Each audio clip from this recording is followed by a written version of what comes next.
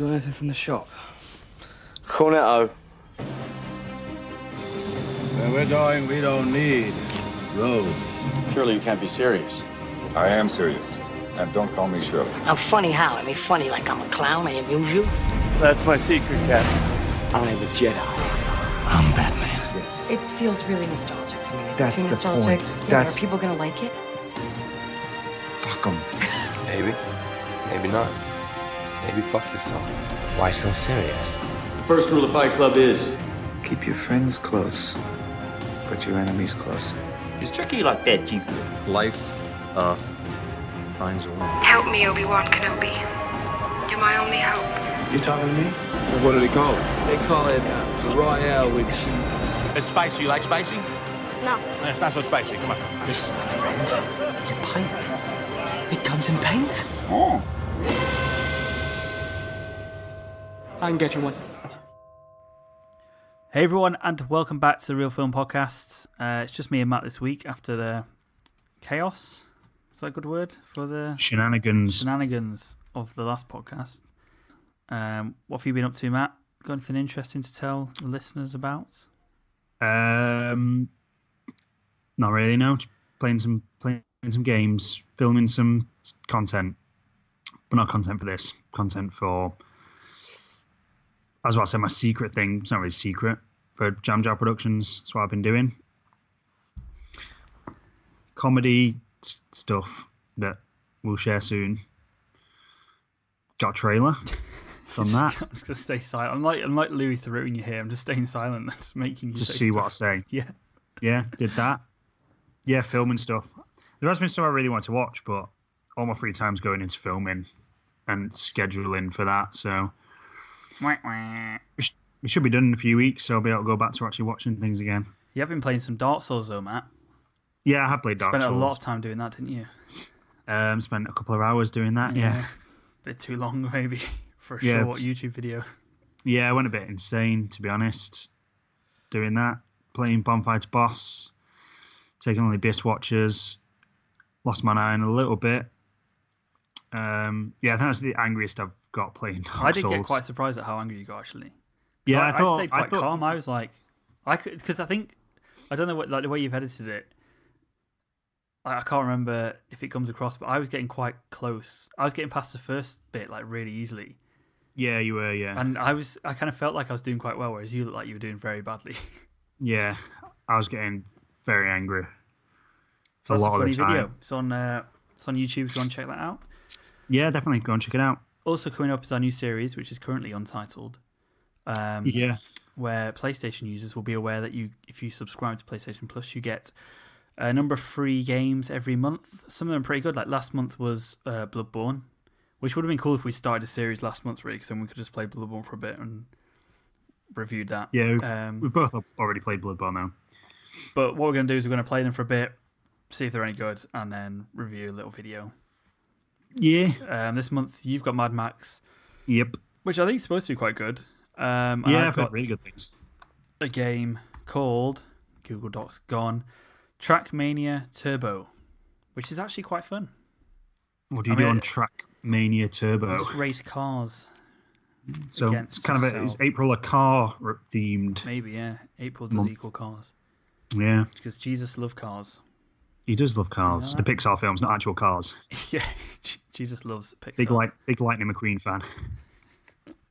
Cars 3 is his favourite one. And also the spin-off, Planes. Planes, oh yeah, and Planes 2. Yeah, is that a film? Yeah, it is. Yeah, it is. I was like, I wasn't trying to do a joke, I genuinely thought it was Planes. But it is Planes, that's good. It is Planes, yeah. It's good to know.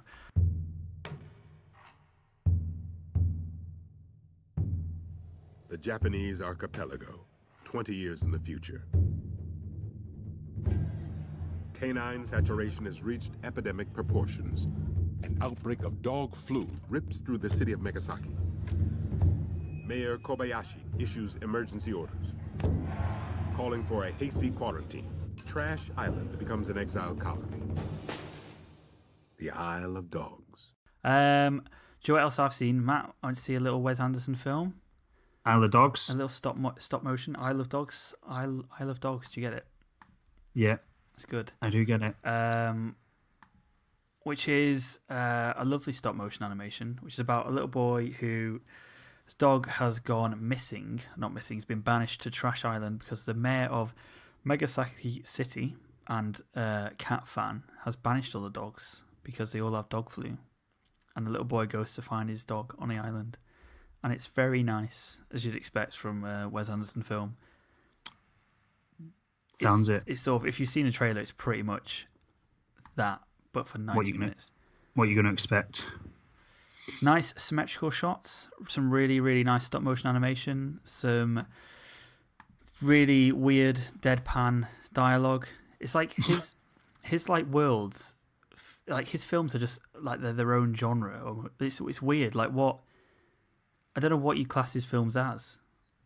It is just like it's Wes Anderson, and they all fit in this little bubble of just Wes Anderson films, which are kind of they are mental. They're not always like. There's some bits which aren't like I can't really explain. Like there's some bits where I'm just wetting myself laughing, and it's just like a look one character gives another character, or like a little bit of background information, and like the detail in this film as well is so good considering it's all stop motion. Like some of the background and some of the sets are just so nice. Voice cast's really good. You got all the Wes Anderson classics, Jeff Goldblum, what's his name, Bob Balaban, Ed Norton, Bill Murray, and Bryan Cranston. He's in it. He's really good. People have been a bit upset about it though because they think it's whitewashing, which is nonsense because all the Japanese actors. All the Japanese characters, are played by Japanese actors who all speak in Japanese throughout the entirety of the film. And also, the dogs are played by. all the dogs are played by white people. And as it turns out, dogs don't actually adhere to any sort of nationality or culture because they're dogs and not people. So it's true. That's all kind of nonsense. But he's also been accused of like cultural appropriation and cultural insensitivity, which is obviously again nonsense. Like he's a big fan of. What's the Studio Ghibli guy? Miyazaki? Miyazaki? There's a lot of Miyazaki. Yeah, there's two very. I don't think there's a lot. Well, there probably are lots. There's two very big ones. There's the author as well, though, isn't there? Is there? Yeah. Is it Miyazaki as well? Yeah. There's Miyazaki, and then there's the Dark Souls Miyazaki, and there's Miyazaki is a name for very, very talented people. But like a lot of his like imagery and stuff is based on like Studio Ghibli stuff, like cherry blossoms and Japanese stuff. Like putting Japanese stuff in a film that's based in Japan, it's not cultural appropriation. It's like saying like Pride and Prejudice. Like if someone made like The Handmaiden was a Japanese film, I think it's Japanese and Korean film based on a Victorian novel. It's like, is that cultural? Like is that offensive if they've taken it from Victorian England to Japan? Like what? How is this? No one's offended by this. Shut up. Yeah, I don't think setting something somewhere is cultural appropriation. It clearly is like an homage as well to Japan. Like he clearly loves Japan. It's not a cheap knockoff of Japan. It's not like calling them all like racist names, or it's not derogatory in any way to Japan. Yeah, it's not like if it's derogatory and offensive to Japanese people, then fair enough. But it's not. It's none of those things. It's annoying because it's just a really nice film. Yeah, people just don't boy get and his dogs, and like people try to read deeper stuff into it, but it's just really nice. It's really nice seeing like a film from the point of view of dogs rather than people as well, because people are horrible and dogs are really nice. So that's pretty much humanity, really, isn't it? Exactly, yeah. So people have ruined it for no reason, really. I mean, it's quite a strong male cast, but there are female characters in it. Tilda Swinton's one of the funniest characters in the film. Yoko Ono's in it. Splitting people up is shit. Yeah, exactly. Ruining the greatest pop culture phenomenon of our century, but that's fine. Yeah. Get out, Yoko. But yeah, I've got a full review on the website if anyone wants to check that out. But it's good. I really like it. I won't check it out. Somebody watch the film first, but then I'll read it. It's well worth it. My name's Wade Watts. My dad picked that name because it sounded like a superhero's alter ego, like Peter Parker or Bruce Banner. But he died when I was a kid. My mom, too. And I ended up here.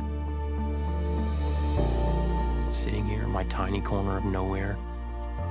There's nowhere left to go. Nowhere. Except the oasis. Next up, Matt, we've got a film which has been hotly anticipated because the trailers are so good. And the pop culture novel was a fine book. Is it good? I still feel like I've gone off it since. I've not. I feel like the more I think about it, the more I'm like, oh no, actually, it's quite annoying and a bit smug. No, I like it. I don't think it's that smug. I think it's all right. I think people think it's something that we're talking about Ready Player One, by the way. It's not. Yeah, I think I don't know. I think a guy just wrote a book that he would have liked to have he would like to read, and people are like, yes, it's cool. I don't think no one's pretending it's great literature or anything. I think that's what annoys me about people going on about the book, because they're acting as if nerds are like, oh, it's a great novel and it's so amazing. So I don't think anyone's saying that. Everyone's just like, you know, this is a fun book, and it's an enjoyable read and it's an easy read. Yeah, it's just. But then people have taken that and been like acting as if nerds are like expecting it to be Macbeth or something. It's like, it's not what we're saying, is it? It's just saying it's a fun book and it's got some cool references in it, and that's fine. Yeah, it's like, I don't know, in the book, like, someone did point out to me that he is quite smug in the book. And I was a bit like, yeah, okay, he's a bit of a like Holiday. The main guy, Wade. Yeah. So yeah. I was kind of like, I think one good thing that we'll get into this, but I think one good thing the film has done is like he's at least made him slightly more likable and less obnoxious. Because the book is like super nerd, like fantasy, which is kind of a bit. I don't know. So, like, I've read too much stuff about the author as well. Have you read his poetry? No, I didn't realize he did poetry. Oh, he's got a poem. Just Google Ernest Cline poem. You can do it now if you want. But like my opinion of him, like I don't know when he wrote this, but it's just like. Is it bad poetry or? Yeah, no, it's not good poetry, and the subject matter is very distasteful. But like since I read, I absolutely loved the book the first time I read it, and the more I've kind of like thought about it, the more I'm like, no, I can see why. First one says. Go on. First one says the incredible poem by Ready Player One author. Yeah, it's definitely sarcastic. Like the more I've thought about the book, the more I'm like, I kind of accept people's criticisms that it is kind of know-it-all.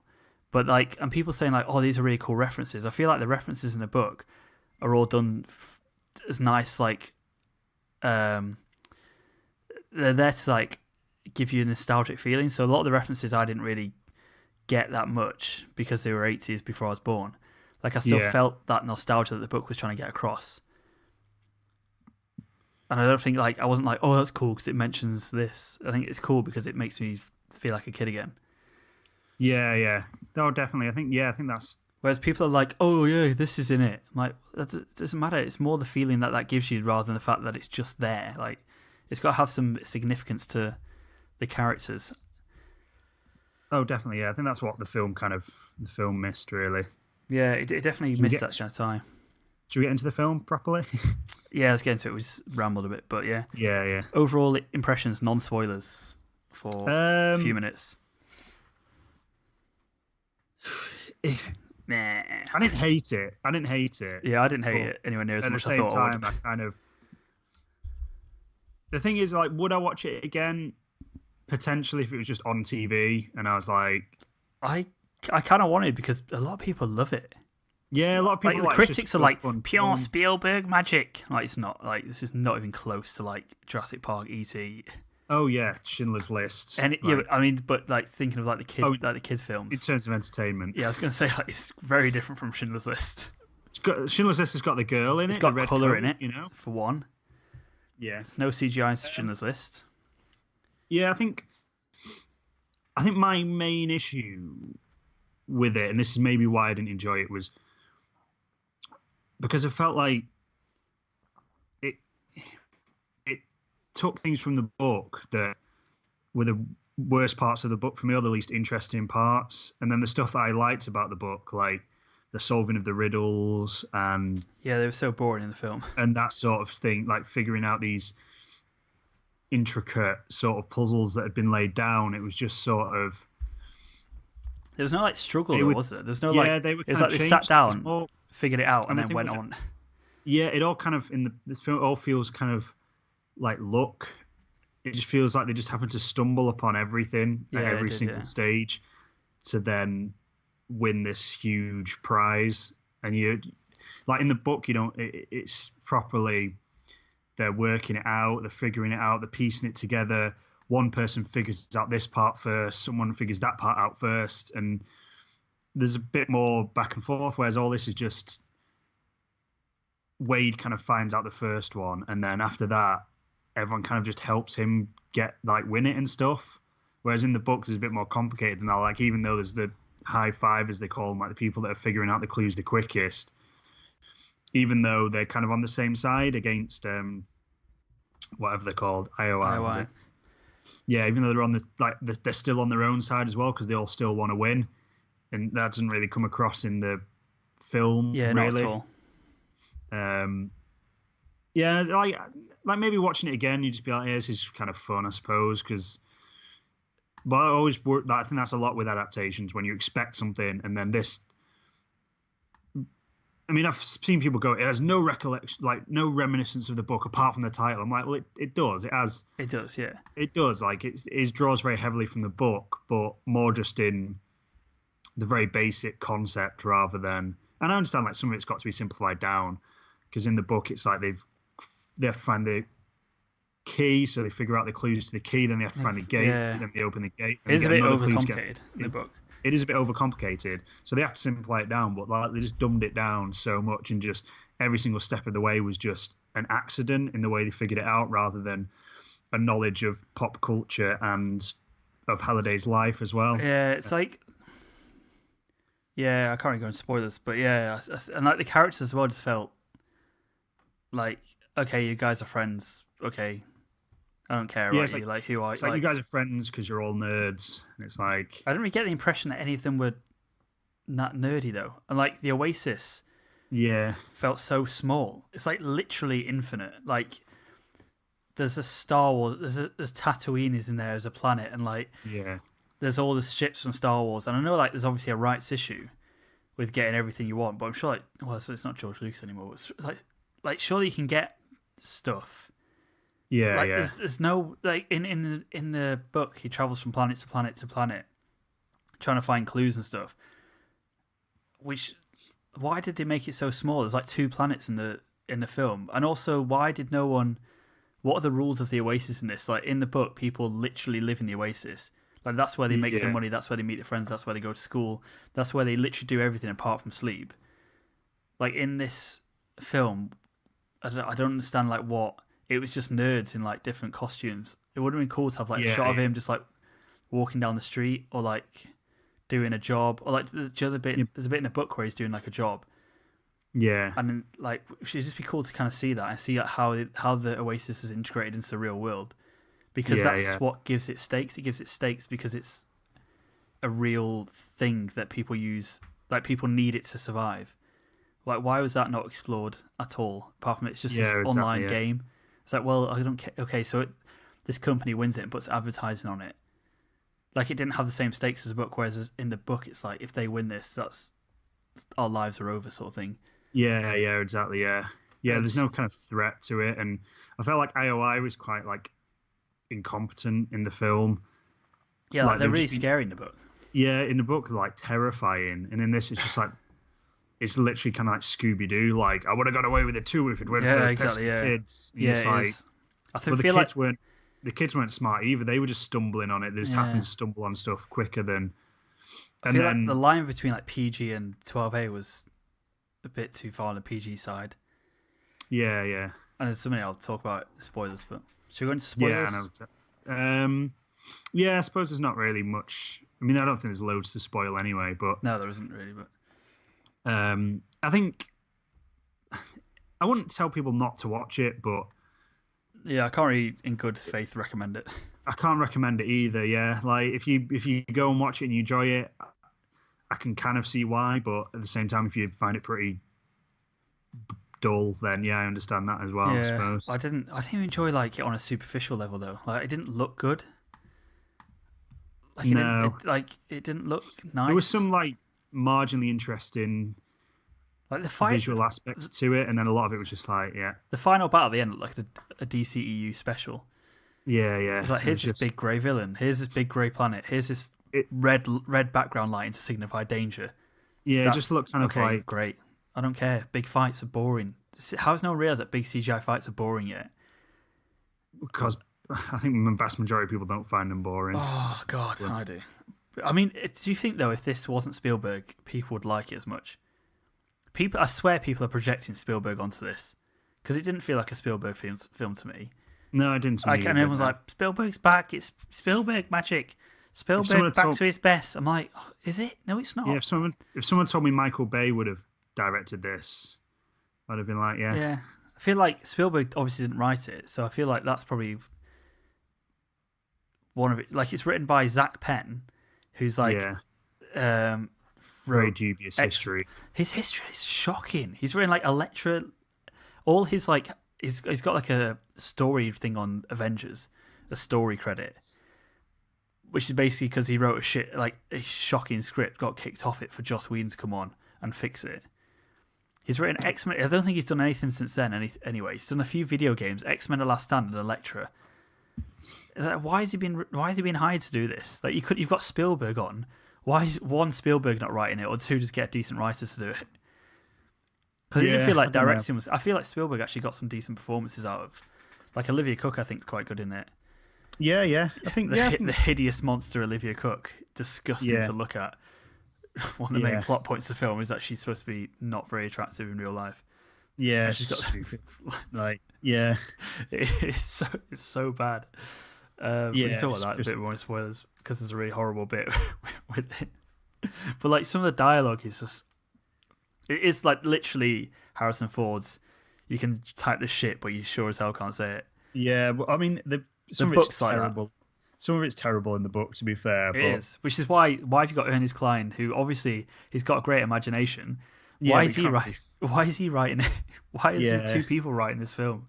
Which clearly needs to be like, it needs to be well written because the book's quite big and quite like tangency. It needs to be like written by someone who can write a concise, good script, and it's just written by these two people who have like I kind of feel like someone like Joss Whedon would have been quite good.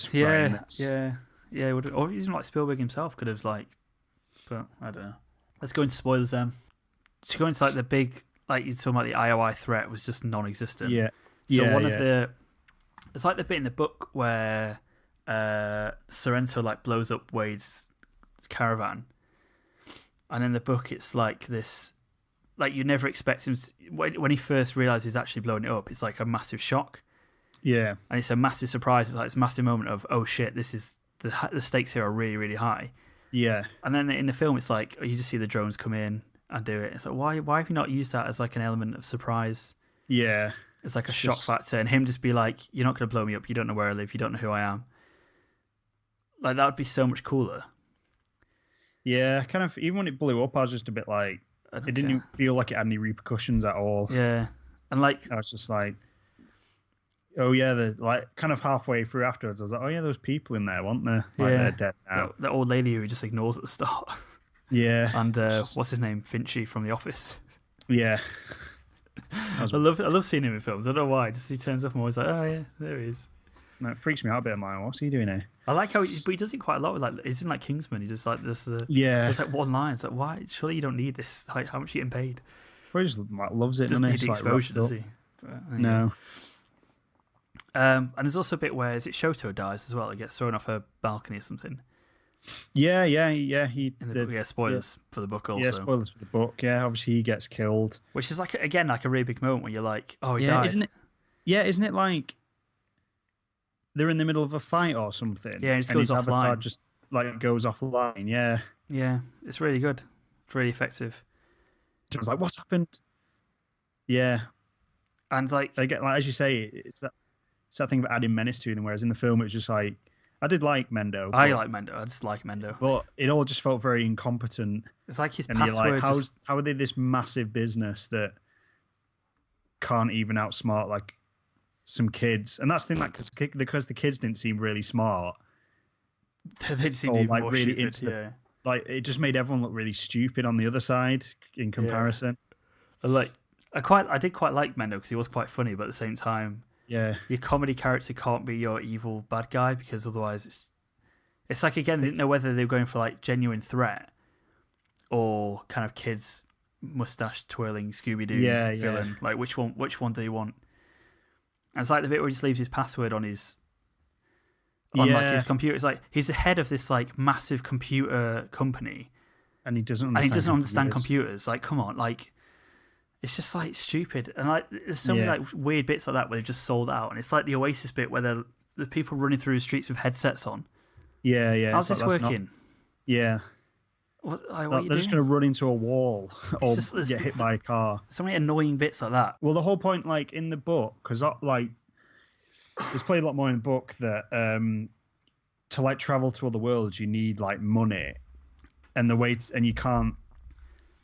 Like it's really hard to.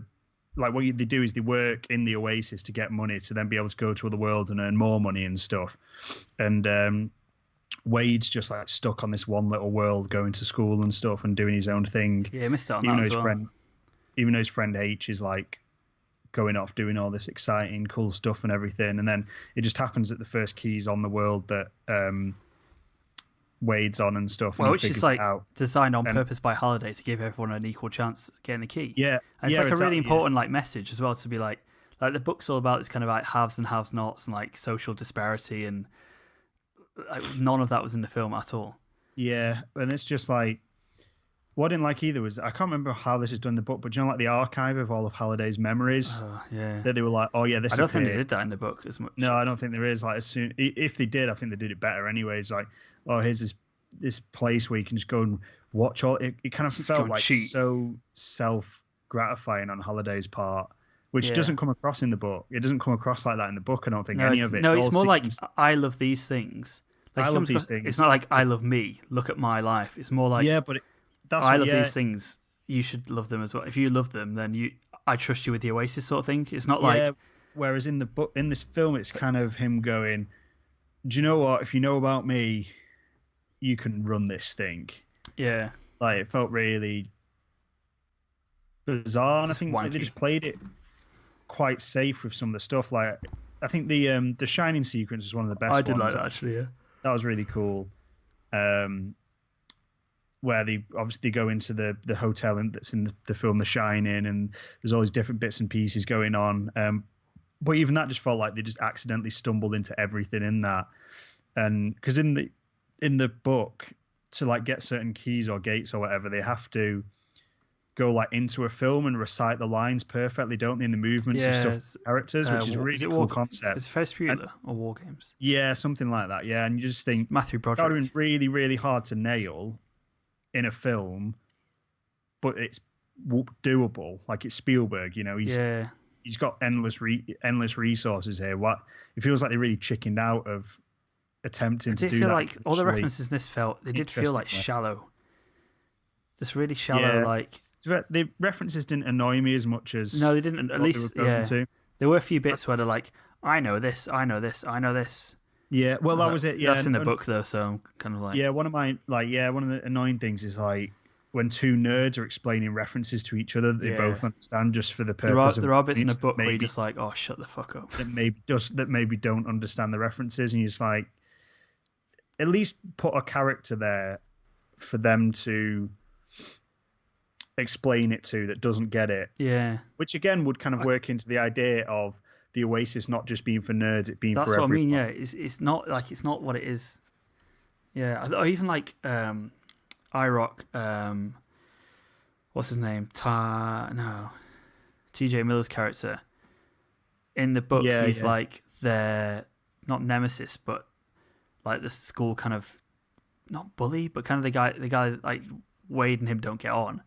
So it's kind of like they have like a nerd off, which is kind of used as like part exposition to be like, I know all this stuff. Yeah, and it's kind of used as like a exposition tool, but also as like a character kind of moment. And his character is totally like they missed a trick with his character while not showing him like as just like someone in his mum's basement, like really sad, pathetic, like to make a comment on cyber bullies and trolls. Yeah, exactly. That could have been like a really cool moment. And there were like bits where they had mentioned like stuff that's kind of relevant in video games, like pay to win and advertising, but they didn't make a point of it. It's just like, we're just going to throw it in there because we heard it on Google. We heard like there's a fuss about EA doing pay to win on Battlefront 2. We'll just stick the word pay to win in and hope the nerds are happy with that. So why didn't you make an issue of pay to win? Why didn't you make an issue of advertising in games? And which the book does, actually. The book does, really well.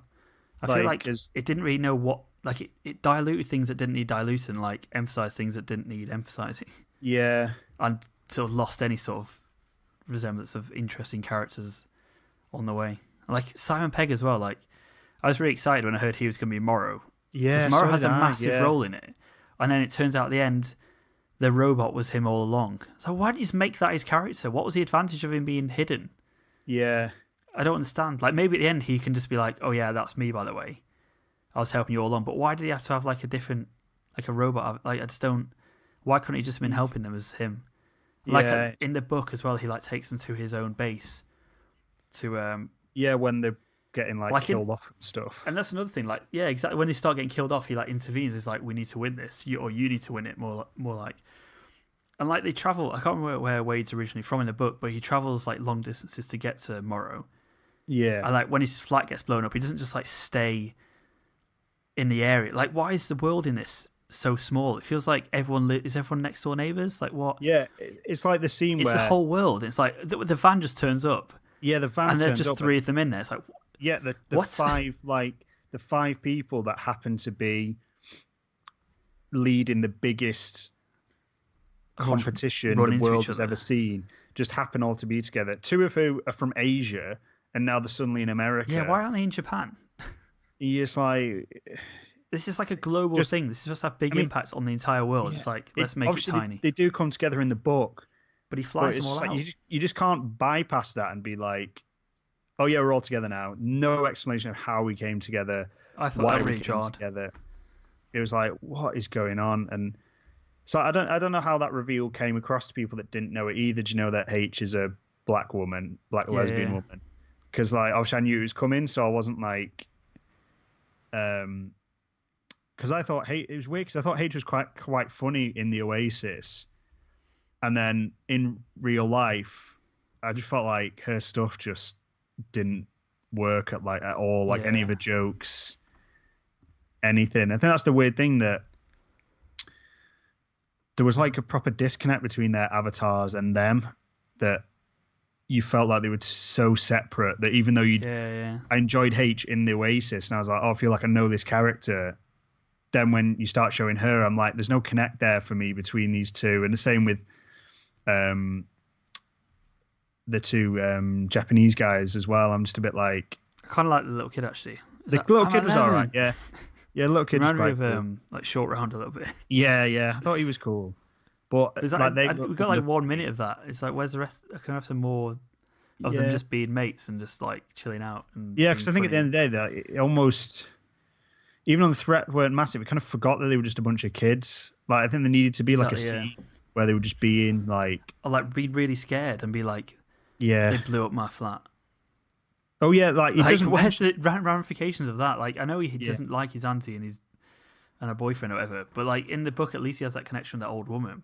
Yeah. At least it shocks him. Like this is like, well, they're dead now. That's just move on, I guess. But it's so like, I don't know. It's just so small. Like the whole thing's just so like. Why isn't it taking place over a year or whatever, or however long it takes place in the book? Like I thought, like it all seemed to happen in about a day. It's like this. Yeah. How long was the race going on for? Like you said, like the race has been happening for 5 years and no one's figured it out, and then the rest of the competition finishes in a day, or however long it is, because that's how short it felt.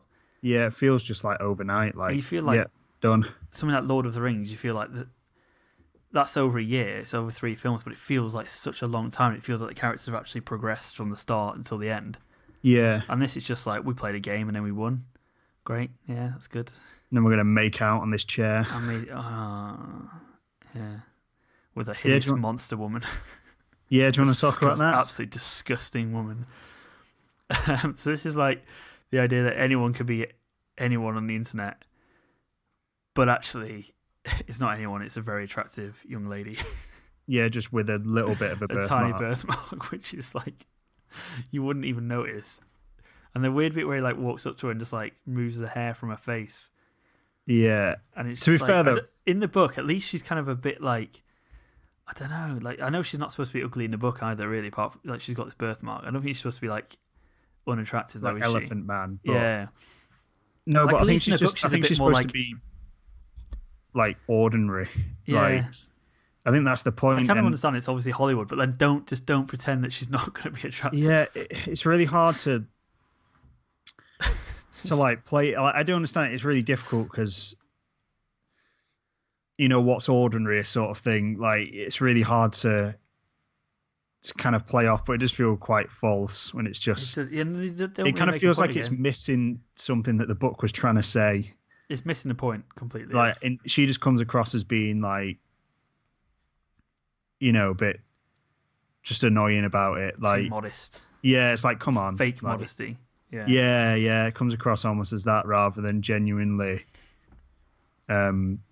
thinking she is like hideous. Because like, in the book it is a proper psychological thing that she's got, and it's her motivation obviously for being so invested in the Oasis is because she doesn't have to be the girl with the big birthmark on her face that she hates and feels like everyone looks at and that everyone's going to judge her for, and that's the first thing and only thing anyone's going to notice about her. In the Oasis she can be anyone. In this it's like, oh yeah, I've just got this thing on my face, and then literally within 5 minutes it's like, oh yeah, I've got my hair tucked behind my ear now because this boy said it was nice, so I'm fine. Like all that psychological damage that it's been doing all my life to the reason why I've invested hundreds of thousands of hours into this game, but now it's fine because a boy said I look nice. Yeah, it's quite bad, isn't it?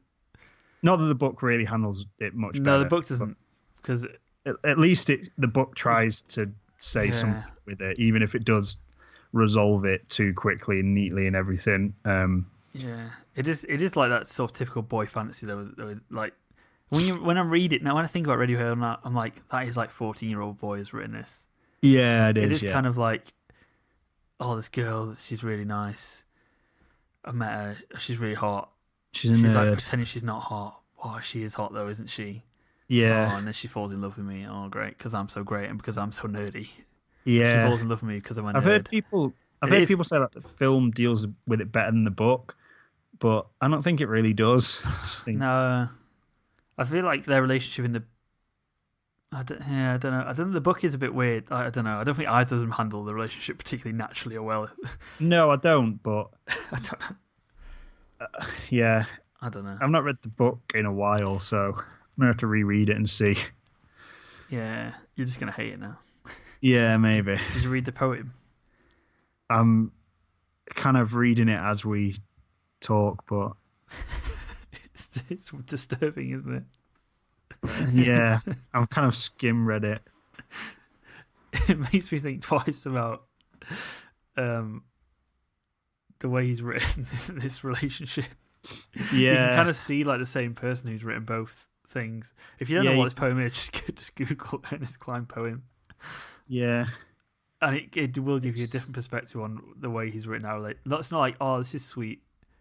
It is kind of like, to me, like the way he's kind of written a lot of the book is like, I'm such a nice guy. I've been a nice guy my whole life. Why did nice guys finish last? Yeah. And he's not really that much of a nice guy. He's probably just a bit of an angry nerd. You kind of read in the poem going, he's making a point, but he's making it in a terrible, horrible... Yeah, I don't know. Is he making what's his point? Is that he likes not porn stars? It's like, sure, the point is like whoever you want, be whoever you want. No, but I think that's almost kind of some weird point that he's trying to make. But for some reason, he's using porn as an analogy. I don't know if he is. That's being kind.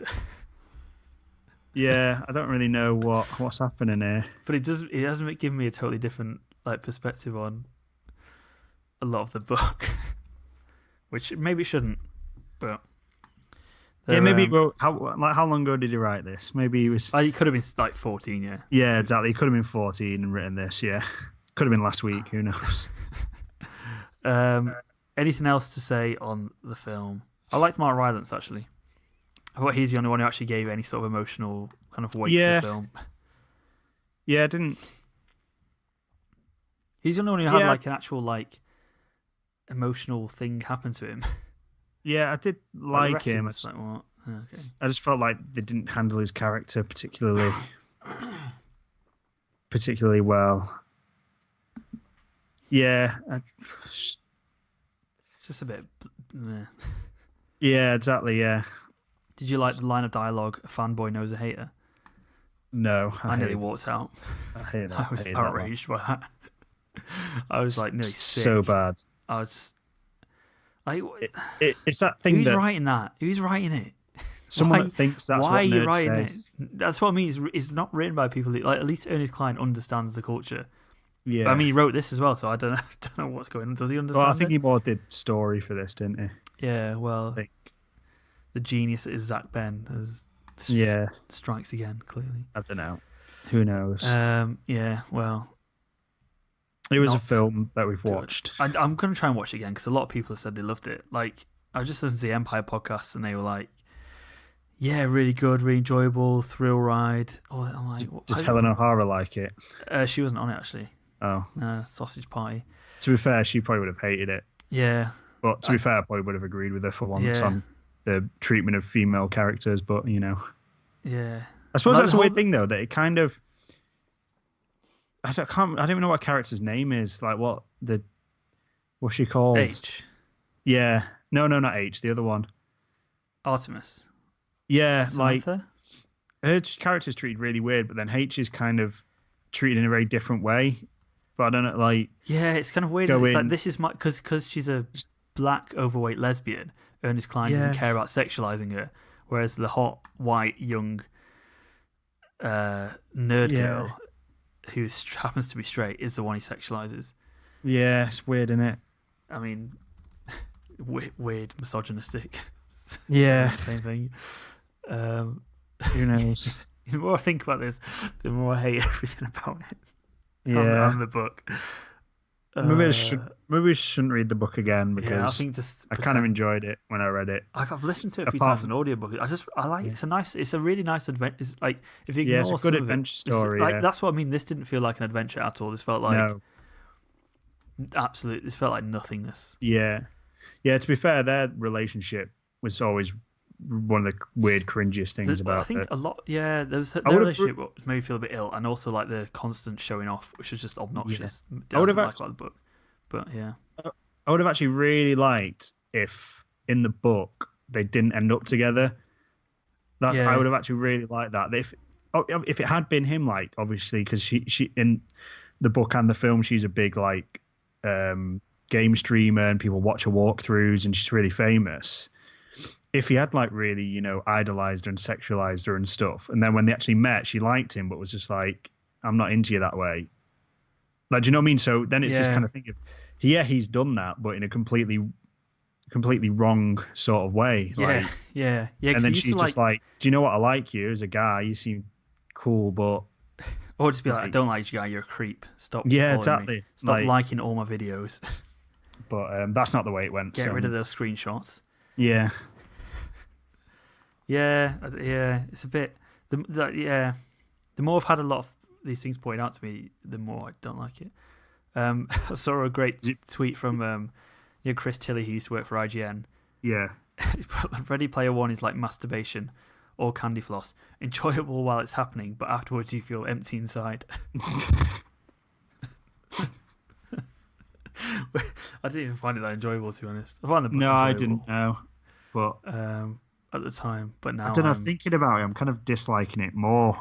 The more I think about it, I think about I don't know. I shouldn't judge again. It just.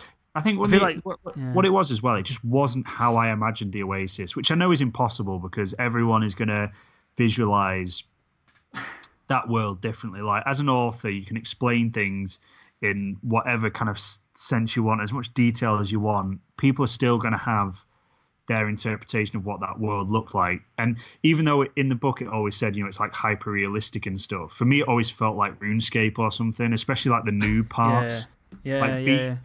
I think with that, like, so I mean, I don't think this wasn't made by people who understand games. Yeah, like being from a culture of someone that grew up on probably one of the first and biggest, because it was free to play, like RPG open world games that obviously the Oasis draws influence from, going, that's what this is, like World of Warcraft, RuneScape, whatever. That's what it is now. In however many years' time, this is what it could be. I kind of pictured it like the game that I'd spent so many hours playing, especially the noob area where he starts off in the book. Yeah. And it just didn't feel the way that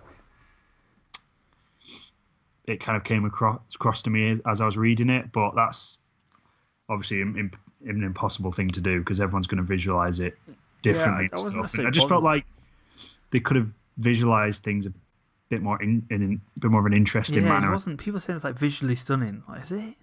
It's just. It's not. Though, is it? Like, I mean, it looks like a video game. A lot of it just looks kind of like. I thought like the CGI and like the mocap was generally quite well done. Yeah, yeah. But like it's more like the production design of just the sets and not the sets, but like the fake sets. Yeah, yeah. And like, what are we like? The planet at the end is a big grey planet. Like, you could have done literally anything you wanted, and you've gone for a big grey planet with like a volcano in it or something. Yeah. You've got you can do anything. You can make whatever you want. There's just no imagination in it whatsoever.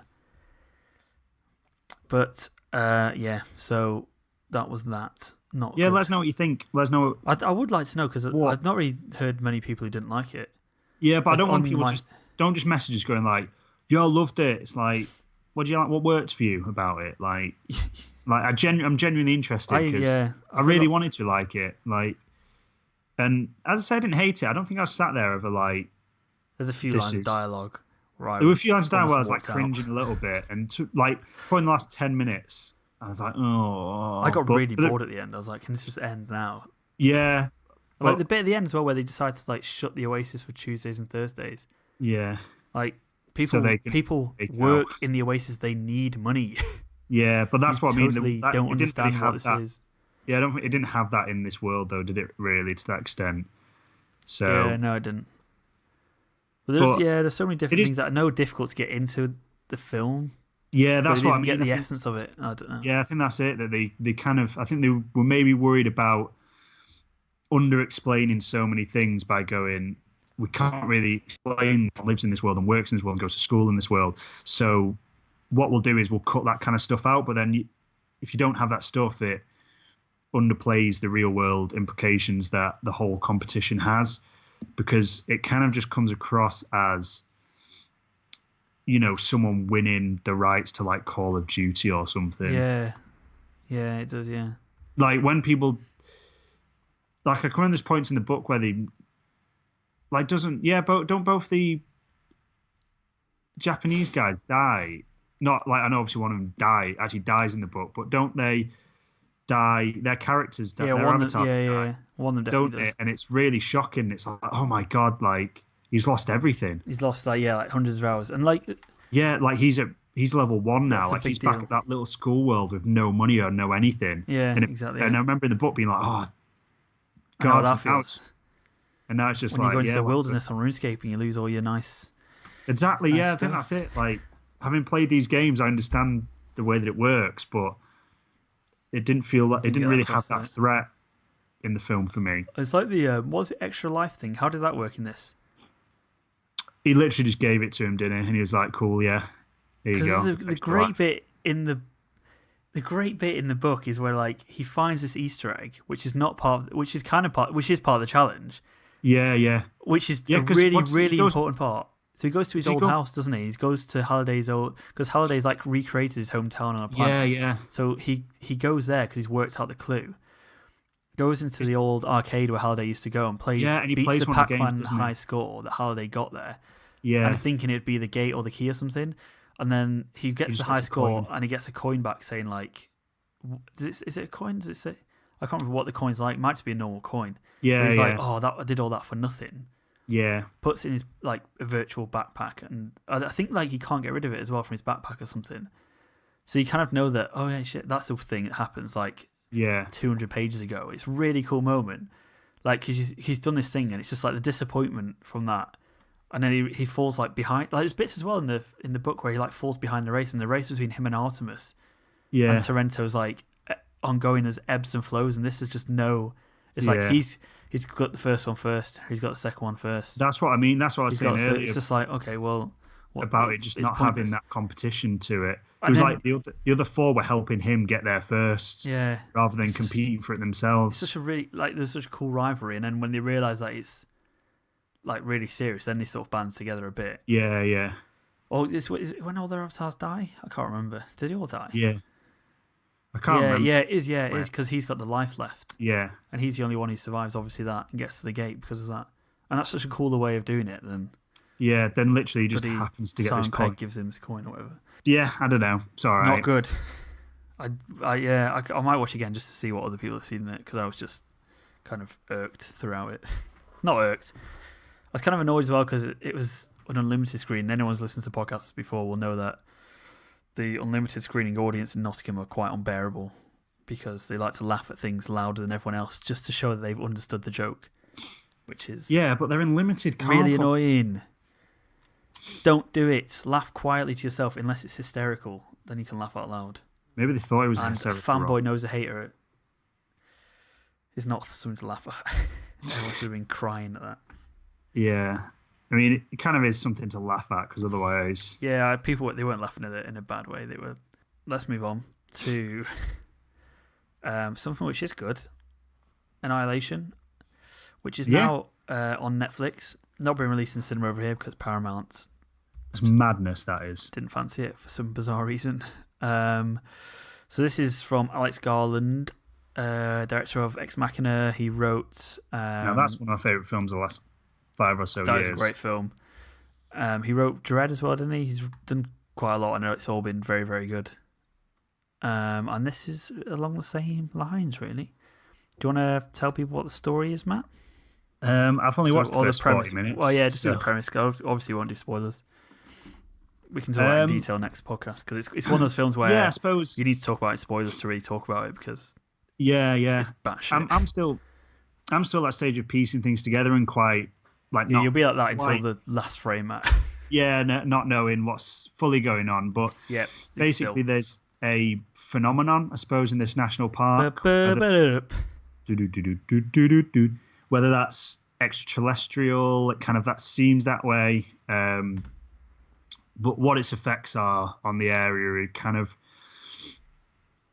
they're still trying to figure out what effect it's having on this park, and they've obviously cleared it out, and the military have kind of taken over it and stuff, and are trying to kind of discover what's happening. And basically, groups of people have been sent in, but nobody's come out. And that, well, I suppose that's until one guy does come back, and they've mainly been military guys.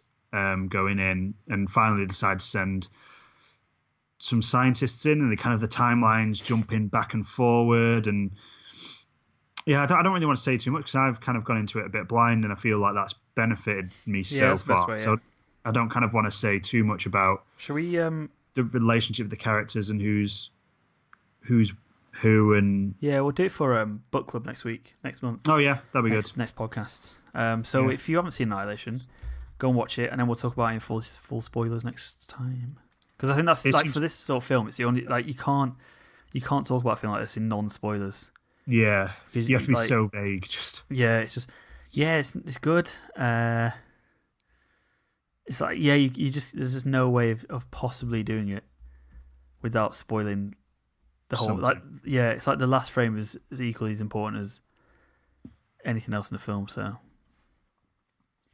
But for anyone. Yeah, I can tell you it's very good. I really enjoyed it. It's that sort of I really like sort of higher sci-fi.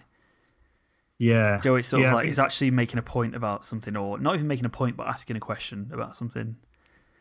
Yeah, well, I've been some of like Ex Machina and Arrival been two of my favorite films of the last however many years. So they've both of that kind of sort of concept sci-fi, that are asking questions and stuff. Really, Alex Garland feels like he's in this sort of next wave of directors that are doing really interesting things. Yeah, it's quite nice they started out as just writing, and a lot of people make the jump, and then it's maybe stick to writing. Yeah, exactly. But he seems to have pretty awesome director as well, really. Next podcast, Matt. Yes. We've gone out of our schedule. Oh dear. So get us back on track. 3 weeks until Infinity War. So that might be the next one. On the weekend of the 28th.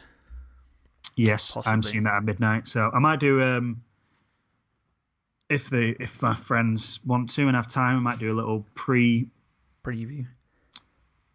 thing, like, because what we do is we always go and have a few drinks and some food and stuff before we go to the midnight showings, and then we obviously end up usually chatting about them afterwards and stuff. Maybe trying to orchestrate something with them to do a little bit of a podcast or something like that. Yeah, well, I'm not seeing it till Friday because I'm on course Thursday. So, well, that's what I mean. I might do that and without you, just release it.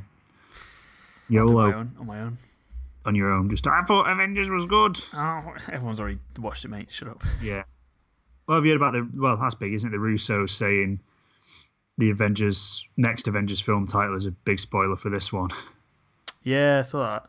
Yeah. It's interesting. Just Avengers in brackets They're all without dead. Tony Stark. yeah. So that's not very imaginative, is it, Russos? Shut up. Yeah, it'd be interesting. He made 3 great films. I'm still wondering what it could be. That. Yeah. I started thinking about this and I was like, I have no idea, and just stopped. I haven't thought about it since. Yeah. Avengers, Thanos' world. Because a lot of the titles aren't. I don't know. Unless it's got the name of a character in it, which would be a spoiler. Yeah. Which would imply that it's not an Avengers. Is it going to be like Avengers, Hawkeye Returns, something like that? Yeah. Well, that's it. It's kind Where's Jeremy Renner, Matt? Free Jeremy. Yeah, I don't know. Where's he been? It's kind of like, it's going to be like the Return of the King situation where, if you just hear it, you sound, that's a cool name for a film, and then you actually think about it, you go, oh yeah, that kind of. That's a massive spoiler. Just say exactly what happens in the film. Return of the Captain? Yeah, I don't know. Who knows?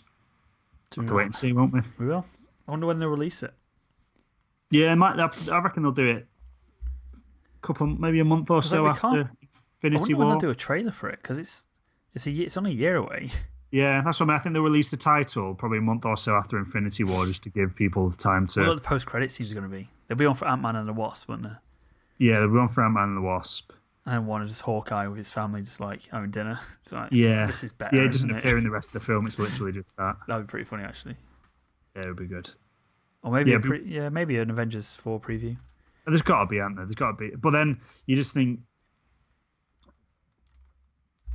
like, why, like, if there is a big scene leading up to next one, why is that not in the main film? Like, why is it? It's like the Black Panther one at the end. It's just like, why isn't this in the film? Yeah, I think I heard Ryan Coogler talking about it, actually. He said he wanted to end it in the same place he started it. Yeah, that's fair enough. You're having your cake and eating it too there, though, aren't you? Yeah. I think there's that kind of thing of the post-credit things were amazing when they weren't banking on being able to make the Avengers. Nick Fury first appearing. Yeah, and it was kind of like, this is what we want to do if you guys like it enough. Whereas now it's, if it is a big reveal for the next film, you just go, well, why is that not in the main film? Because whoever doesn't, like, if it's an Easter egg, fair enough, but if it's a big plot point for the next film, if someone's not seen that, then, you can't really blame them for not waiting around till the very end of the credits. Yeah, so it's just kind of spoilers, like, not spoilers, like clips, like the Civil War one was just the Ant-Man. Yeah. The Bucky and Falcon and Captain America were talking about Ant-Man 1. Yeah, that, which is kind of cool. Yeah, maybe, yeah. Who knows? Who knows? That's it. That's the show. Yeah, guys. Thank you for listening. If you're listening to this not on a subscription device or app, get one of those and just subscribe, because then you get all the episodes for free. Someone subscribed the other day, I think, because we got like load of downloads. It's like, change your podcast app settings, mate, because you just downloaded like 70 episodes. Yeah, unlucky. Or very lucky, Matt, because they're all good. Some of them are good. Some of them are fine. Some are better than others. Yeah, get on that. Get on YouTube, subscribe to that, because we've got loads of good videos. Yeah. Bonfire to Boss is probably the best series that we've done. Yeah. I think it's pretty good. Even if you don't like Dark Souls, you'll probably enjoy it. It's just competition, isn't it? I think it's funny. It's just two bros chilling down. playing some games, being real humans. Real life. We've got our faults, you know. We're not perfect. If you do like the podcast, just tell a friend. Spread the word. Tell your mum. Tell your mum. She'll love it. She might do. Don't know. Our mum doesn't. So. Yeah, mum doesn't know how to. So I don't know how to listen. Turn the volume up, mum. It's literally put it on your phone, mum. She doesn't still doesn't know how to listen.